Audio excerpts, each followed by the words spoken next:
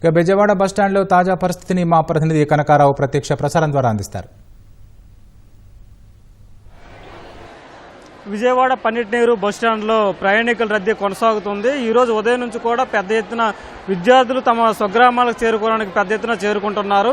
ఈ రోజు నుంచి పాఠశాలలు కళాశాలలు సెలవు ప్రకటించడంతో విద్యార్థులంతా కూడా బస్టాండ్ ఉన్నారు. అయితే ప్రయాణికులకి ఎలాంటి ఏర్పాట్లు చేశారు, ఈ ప్రత్యేక బస్సులు ఎలా నడుపుతున్నారు ఏంటన్నది ఆర్టీసీ అధికారులు మనతో ఉన్నారు, వాళ్ళని అడిగి తెలుసుకుందాం.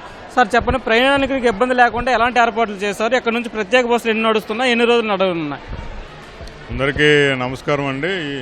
ఈ సంక్రాంతి సందర్భంగా ఏపీఎస్ఆర్టీసీ విస్తృతమైనటువంటి ఏర్పాట్లు చేయడం జరిగింది.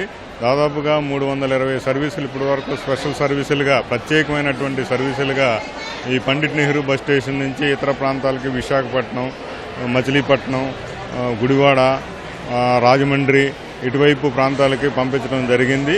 ఇవన్నీ కూడా స్పెషల్ సర్వీసులు. ఇవి కాకుండా హైదరాబాద్ నుంచి కూడా దాదాపుగా ఈ జోన్కి దాదాపుగా 344 స్పెషల్ సర్వీసులు మేము ఆపరేట్ చేయడం జరిగింది. అటువైపు నుంచి వచ్చి ఫ్లడ్డింగ్ అంతా కూడా ఎప్పటికప్పుడు క్లియర్ చేస్తూ ఉన్నాము. మరి మా యొక్క మేనేజింగ్ డైరెక్టర్ గారి ఆదేశాల మేరకు మరి మేము ఇంకా స్కూల్ బస్సులు కూడా డీటీసీ గారు రోడ్ ట్రాన్స్పోర్ట్ ఆఫీసర్లతో మాట్లాడడం జరిగింది. ఒకవేళ ఎక్కువ ఇంకా అవసరమైతే కనుక వాళ్ళ దగ్గర నుంచి కూడా వెహికల్స్ తీసుకుంటామన్నది ప్లాన్ చేస్తూ ఉన్నాము.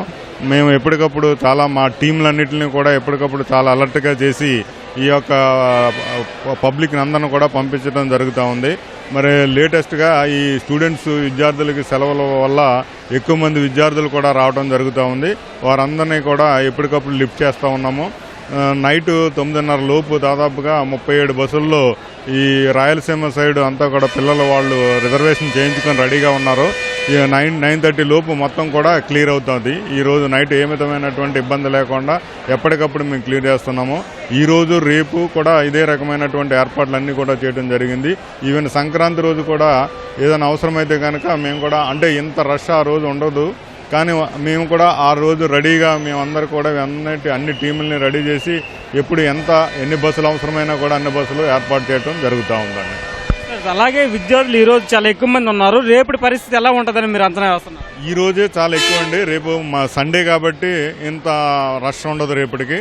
కాబట్టి పబ్లిక్ మాత్రం ఉంటారు, అదర్ పబ్లిక్ ఉంటారు. విద్యార్థులు మాత్రం రేపు ఇంత ఉండకపోవచ్చు అని అనుకున్నాం. ఒకవేళ ఉంటే కనుక మేము రెడీగా బస్సులతో అయితే సిద్ధంగా ఉన్నాము. సిబ్బందిని అందరినీ కూడా రెడీ చేసి అలర్ట్ చేసి పెట్టామండి.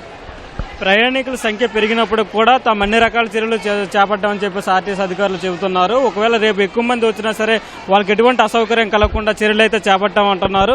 ప్రత్యేక బస్సులు ఏర్పాటు చేస్తామని ఈ నెల 7వ తారీఖు నుంచి 20వ తారీఖు వరకు రాష్ట్రంలోని అన్ని ప్రాంతాలకి ఇక్కడ విజయవాడ నుంచి ప్రత్యేక బస్సులు ఏర్పాటు చేసి చర్యలు చేపడుతున్నారు. అదేవిధంగా మనం చూడొచ్చు, ఉదయంతో పోలిస్తే ప్రయాణికుల తాకిడి విజయవాడ బస్టాండ్కి తగ్గిందనే చెప్పుకోవచ్చు. ఉదయం అసలు నడవడానికి కూడా ఖాళీ లేక చాలా ఇబ్బంది పడుతున్న పరిస్థితి ఉంది. ప్రస్తుతం అయితే ప్రయాణికుల తాకిడి తగ్గింది. ప్రధానంగా విద్యార్థులు పెద్ద సంఖ్యలో కనిపిస్తున్న పరిస్థితి ఉంది.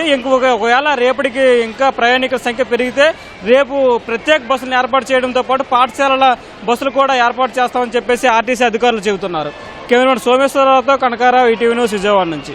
Over to studio.